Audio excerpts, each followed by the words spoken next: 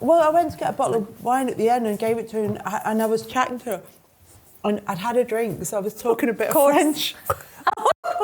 Merci. Bonjour. She said, oh, your French is very good.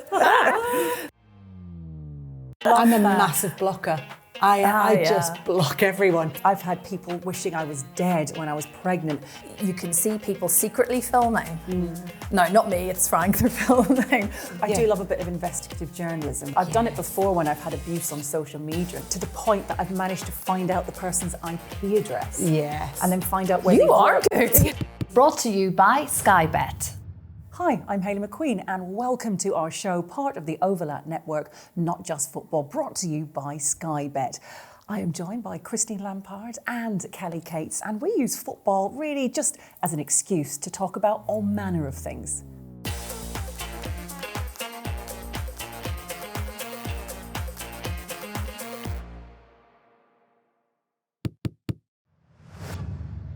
How careful are you with your social, not even with your own social media to start with or how conscious are you of people who are filming, or if you're on a night out, or if you're in company where you don't necessarily know everybody? How careful are you with what you say and what you do? Yeah, I think.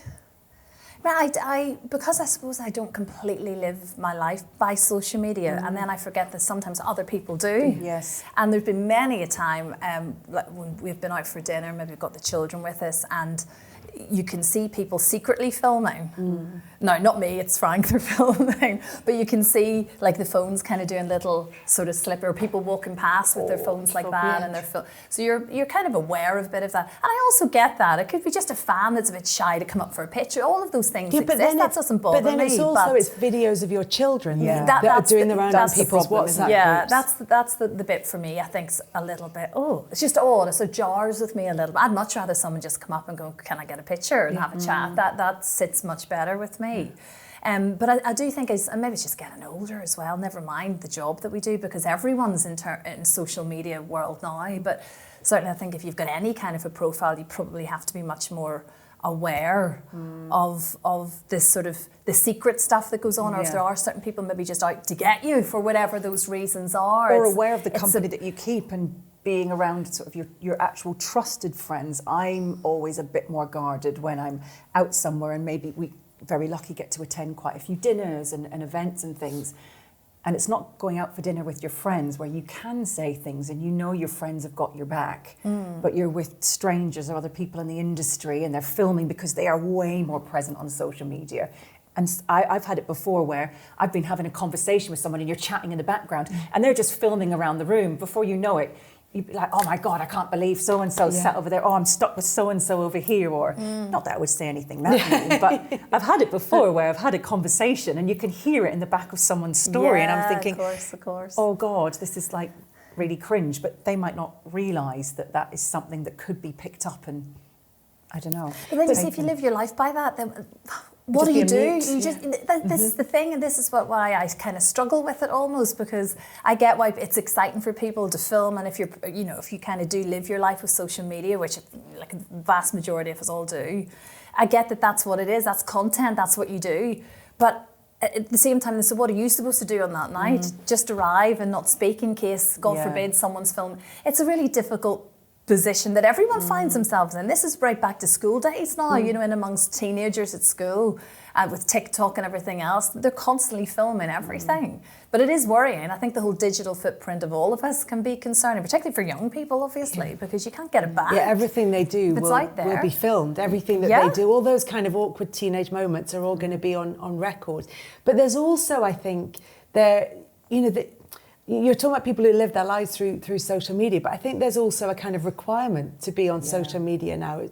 A lot of, not just jobs that are in the public domain, but all kinds of jobs where you have to have a social media presence, and you have to, everybody feels that they need to comment on everything. If somebody dies or if something happens, it's no relation whatsoever, absolutely no connection with that person. It's like, but they feel that they have to put a little kind of R.I.P. whoever. Yeah. You think, well, why are you talking about them? Well, it doesn't make any sense. No, I agree with that. Which is why if anything like that happens to anyone that I do know that's sort of in the public domain, you might do something on Instagram, but I'll get in touch personally. Yeah. I think that still has to exist. Yeah. You know, we can't just completely all live our lives through comments, really. But having said that, on the flip side of that, I mean, look how many people have made absolute incredible careers out of nothing. A lot of people just merged from the ashes during the pandemic, where no one knew who they were, and suddenly they started filming themselves on TikTok, and they become superstars. I mean, it is extraordinary. So I think it can be worked, and it does work for so many people. But for me, weirdly, I've never quite relaxed with it. I'm always very conscious of, should I post that? And I'm very good at taking pictures, and then I go, oh, well, will I write with it? And then I go, oh, I won't bother. And then I don't. Yeah, same. And I go, well, I'm terrible at this. Yeah. Right. Were you even there if you didn't post about it? I had a great time, okay? So much fun that I didn't post anything. Have you watched, it's a series on Netflix, Nobody Wants This? Yeah. Oh, No. yes. And it's about these two podcasters, two sisters, and there's a scene in it, without giving any kind of spoiler alerts, but she starts going out with this guy, but she's sort of trying to track down and figure out what his ex-fiance was about.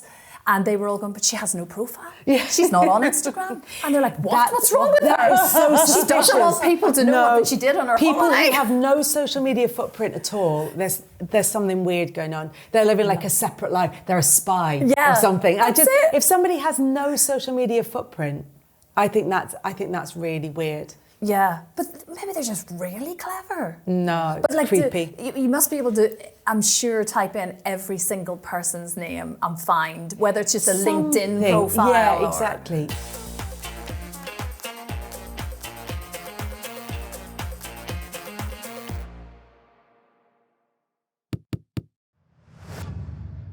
I do love a bit of investigative journalism when it comes to like social. I've done it before when I've had abuse on social media, and I'm sure we'll get into that as well. When I've to the point that I've managed to find out the person's IP address. Yes. And then find out where You they are work. good. Getting into their profile, where they work, what they've commented on, what they've retweeted. They possibly work for that company, and they've then found them on LinkedIn. And then You are excellent. Yeah. Oh Good my for you. God, So somebody- MI5 Haley, that's Yeah. fantastic. I bet you're there brilliant you when go. necklaces all get tangled up together that you can I'm there go with a pin. The little pin, yeah. That's it. It's a lot to think about, though. Like, there's two very young children. Hopefully, it's a long way off before they have to enter into this world, and you're ahead of us on this, Kelly. But I'm very aware of how they approach this world. I'm terrified. It does scare me. But it's different for them because they've grown up with it. So for our generation, it came along later. And then even for the first sort of generation of kids who've kind of sort of millennials, who've sort of grown up and it was in their lives, but not really, but it is a huge part of their lives. Actually, these kind of Gen Z, Gen Alpha even, it's just there, so they treat it as part of life. It's not hugely kind of, it's not as important to them. And it's not got that novelty factor that it does for previous generations. Interestingly, my stepdaughters who are 19 and 17, they will have watched every single video on TikTok. They'll know all of the top sort of trending people on TikTok. But when it comes to other platforms, they care much less, and everything that they do have are private accounts. Yeah. So they're not all about followers anymore. No. Okay. But it is about watching trends and being part of what's happening in the world. Yeah. But they're not out to, obviously be a young person who wants to be an influencer, and that's different. Well, they but tend generally to have that's three, actually not the they have case. 3 accounts usually. They have one that's for everybody, that might be an open one, but generally is. Then they have one that's like their close circle of friends, which you can do in your settings on a lot of the platforms, but they just have a separate account. And then they have one that their parents can see. Yeah. So they have We're on kind the of they have Paramount, different levels yes. different levels of access. So they're already much more aware than we are. And I actually think that sort of middle generation, that sort of millennial generation, I worry about when I see girls in our industry particularly, and young women now in our industry, who I think my worry is that they confuse the personal and the professional on their pages. So I think, on a professional social media page, you give a little bit of your real life. But I think if you give too much, you can never get that back. You can never put that genie back in the bottle. And I sometimes see people who just give so much of their real lives, and I think don't do that. This is your, effectively it's like an old-fashioned website, isn't it? It's just you're kind of promoting yourself. You're saying, this is what's important about me. This is what you need to know about me as somebody who may be an employer or who's maybe a viewer, if we're talking about people in our industry. But I just think sometimes I worry that they blur that line, and I think that's quite dangerous going forward. I think you have to be very clever and savvy to make all of that balance out. I completely agree with you, and I'm thinking of Stacey Solomon as I say this, and I know Stacey, and she's a very clever girl and brilliant at what she does, but she lets a lot of her family life, she puts it out there. But she knows exactly what she's doing, and she's very, very good with it, and she'll have her own private life, of course. But she gives enough away where you feel you're so part of her life. And she does it very cleverly, I think. And off the back of that, she's very good with her DIY, we know that. And off the back of that, on her Instagram, TV show came about. So it's all to do with balance, and also know when to step back and taking time away, which I know she does too. So I think there is definitely a balance. And I think just for your own mind, because you can get consumed by it all if you're thinking of it all of the time.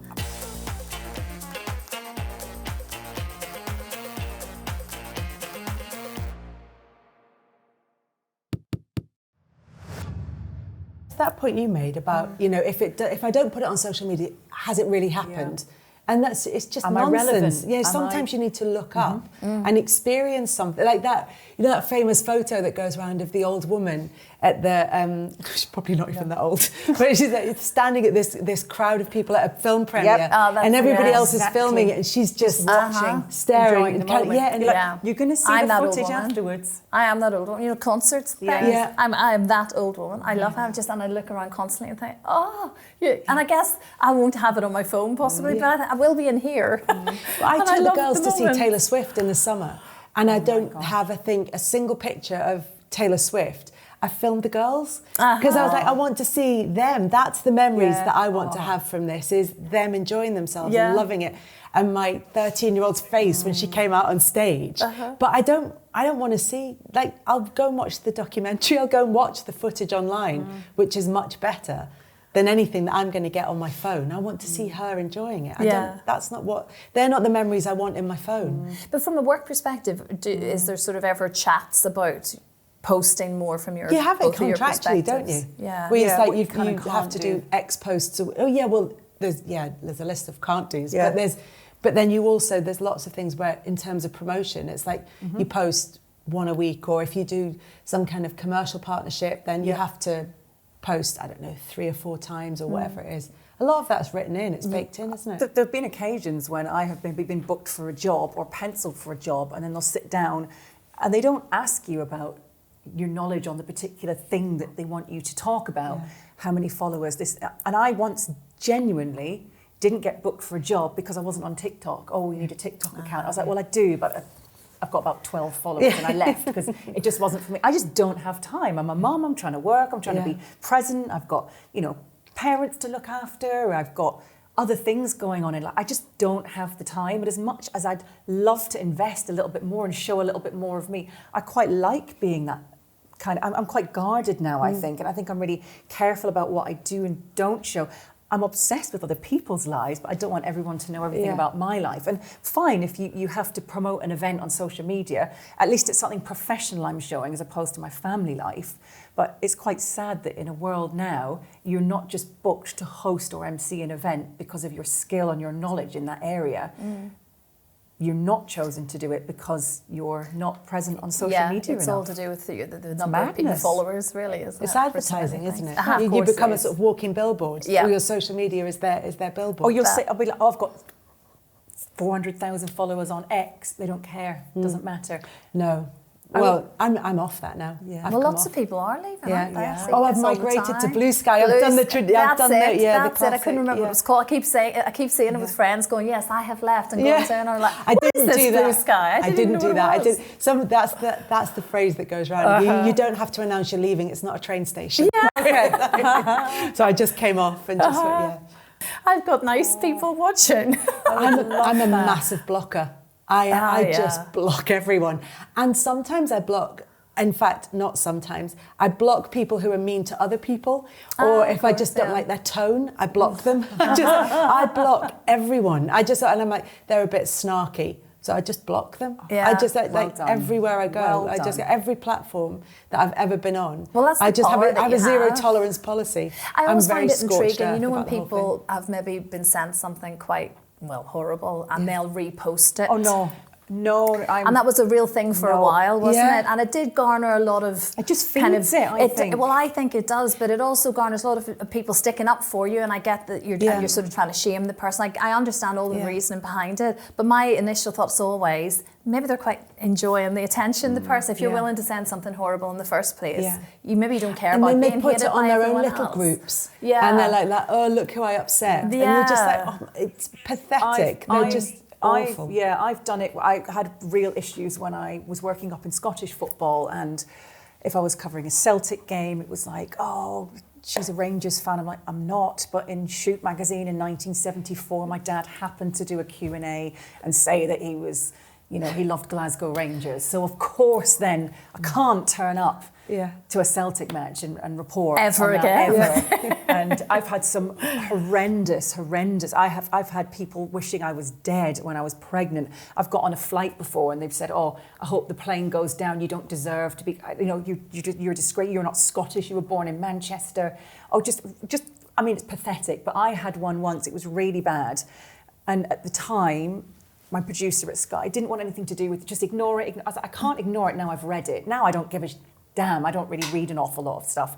People have probably written awful things. I used to search for my name as opposed to the app. Oh, okay. Dangerous territory. I just wouldn't even bother now. And I actually just don't care what people think. I'm like, whatever. But there is something really... at what point are you, as an individual, supposed to look at abuse like that and say, oh, I don't need to take that seriously? How on earth are you supposed to judge if there are genuine threats? How are you supposed to know the difference between that and some idiot sitting in his mum's basement, kind of, sitting in his pants, that's bored and tweeting? It's true. How are you supposed to know the difference between that and a genuine threat? You don't. You can't. You just have to guess. Oh well, it's just an idiot sitting behind their keyboard, just one of many. Do you have a picture of them in your head? You know that sort of tone. They're all just that tone of ages, commenter. I've got a picture of them in my head. But sometimes it will be like a separate account they've set up just to abuse people, and then you look at all the other people that they've kind of gone for. I think, well, it's not personal. It's just what they like to do. With this person, I had gone back. I had found where they worked, and I got in touch with their workplace and sent them.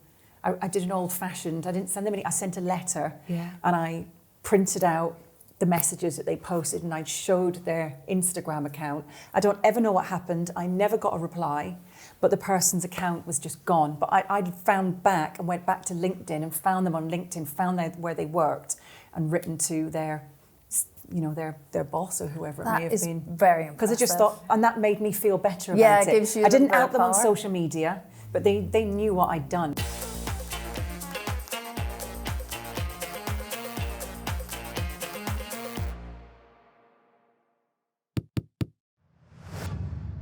I know the Prime Minister had come out and said, look, I think our police need to start focusing on serious crimes and what's happening out on our streets right now as opposed to, running after social media type posts.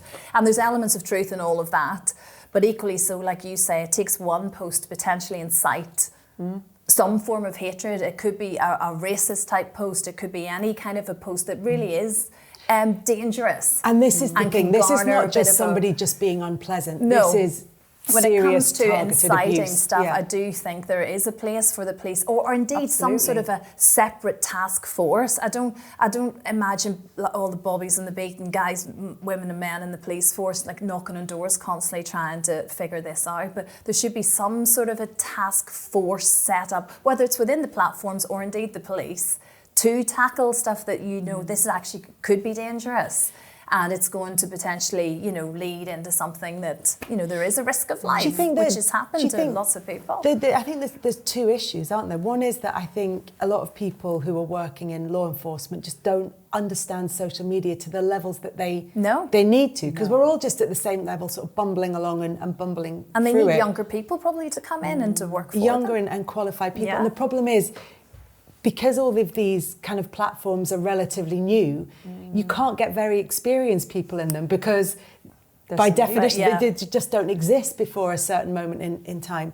And also there are all kinds of issues around privacy, around GDPR, around things like that. You just can't go digging around in somebody's social media life and in terms of social media presence without really good cause to go and do it. And then there's the number of people that are required to go and work in that, because this is a huge problem.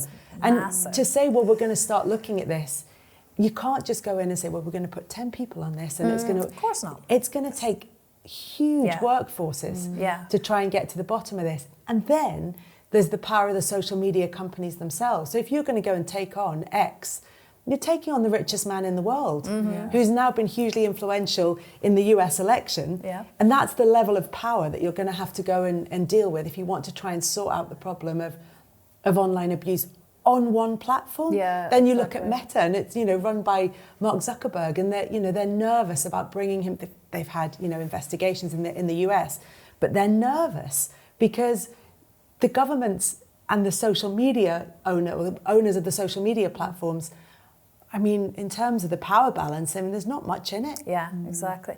But we had a friend in LA, and she works with big advertising companies, and she works with a lot of young models and actresses and sort of fitness gurus. And she was doing a photo shoot a few weeks back. And she walks in, and she's older than I am. She's in her 50s. And she walked in, and there was all these kind of 19, 20, 21-year-olds, all these beautiful young LA model kind of dancers. And they're all sitting reading books in between takes. Oh. And she kind of let it go for a little bit, and I thought, that's really interesting. And then she was actually thinking, is there maybe no signal? She was thinking of all of the things, why they weren't on their phones, and started talking with them, and they said, oh no, we take absolute conscious steps away from our phones. Oh, I love that. And she said it was an interesting shift, because this is the cool, beautiful people. And sometimes you wonder if that's starting as a little kind of revolution kind of movement over there. I wonder, will it in some way filter through? Because the Barbie phone now that's supposedly coming out, it's just a phone. It's just calls, like maybe text. It's obviously sent for young girls.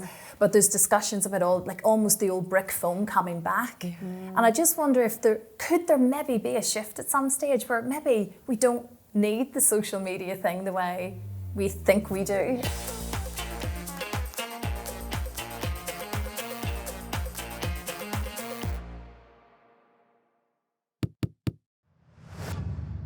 This, which is what I would call a positive male role model. The Australian men's netball team opened their tournament dancing to NSYNC. And it's like the greatest thing.